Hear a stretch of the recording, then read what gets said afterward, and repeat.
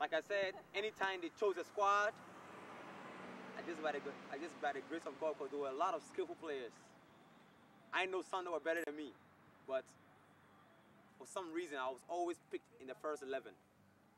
Soccer is a game that they have 22 players, 11 here, 11 here, and so I just happened to be on the school team.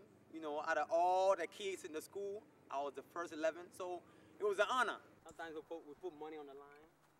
Whoever wins the game takes the money. Takes the money. Really? Yeah. What, do y'all bet other stuff like food or clothes? Oh, yes. We bet our cars, rims, rims on it, cars, name really? it. Oh yes, that's how intense it is. Sometimes some people come for your legs. When they see that you're a good player, they come for your legs to slow you down. You know, but other than that, it's a very, very competitive game. I'll say it's the roughest game in the whole wide world. Football might be rough, but soccer is real rough, because during the cold, when the ball hits your manhood, you're in trouble. That means you cannot use the bathroom for a long time. This trophy I won my first year when I came to America. See, it says North Springs High School, most valuable player, Kofi Akiri. This one is Peach Belt Player of the Year. No player in school history has ever got this trophy before. Really? And I was the first person to get it. And this is All Conference 2007.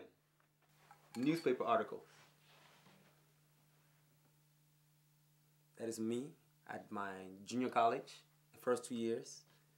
That is me. This is the finals. The first junior, usually the seniors are the ones that get it.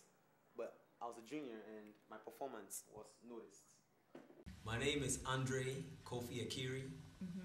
I was born here in Atlanta, May 3rd, 1985. Okay. And my life has been a mystery ever since I ever thought about it. When I was born, I had no father.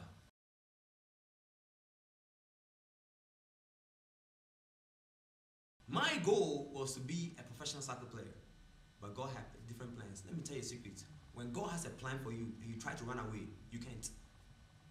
God will change your mind for Him to glorify His name.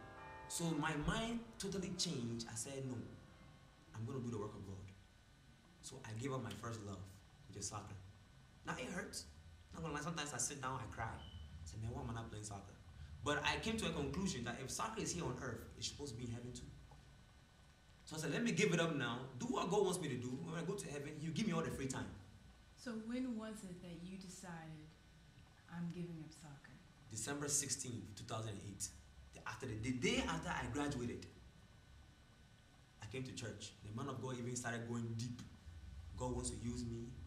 So I began to ask myself, okay, if God really wants to use me, God should prove to me. Now, there was one day I was fasting right here with my sister Linda. And I was so shocked. Very first day, I was fasting.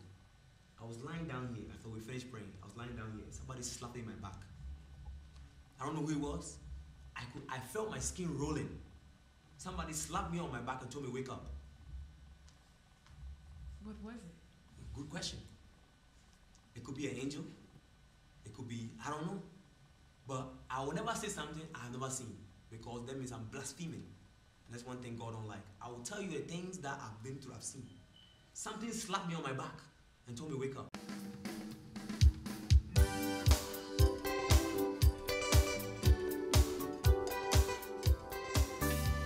I forgot to tell you that I'm in a royal family.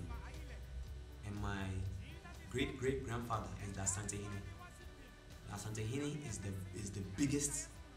He's the king. Like, he's the whole Ghana, or let's say the whole West Africa.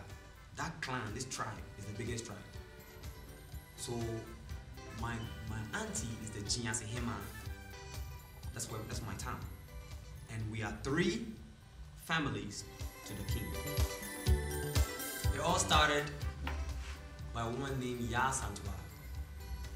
Ya Santua is my great, keep going all the way to 1901. That's where my family started from. So my mom is supposed to be a queen, but she don't want to do it. She doesn't want to do it. That's why she ran to America. This is my mom. Like I said, she's the best cook in America. I don't care what anybody tells me. I'm supposed to be a prince, but I don't want to do it. So my mom decided to take me back to my grandma, which is in Ghana, Accra, Ghana, and I was there from the age of 4 to 16.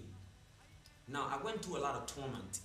What I mean by torment is that, you know, when you're not living with your parents and you are living with somebody else, the love they have for you is different from the love they have for their own children. Who are you living with? I was living with my grandparents In Ghana. in Ghana, Dansuma, precisely. I started school and I realized that there's one good thing they did for me. Out of everything in Ghana, there's one thing that I actually thank them for. What was that? It was church. Yeah.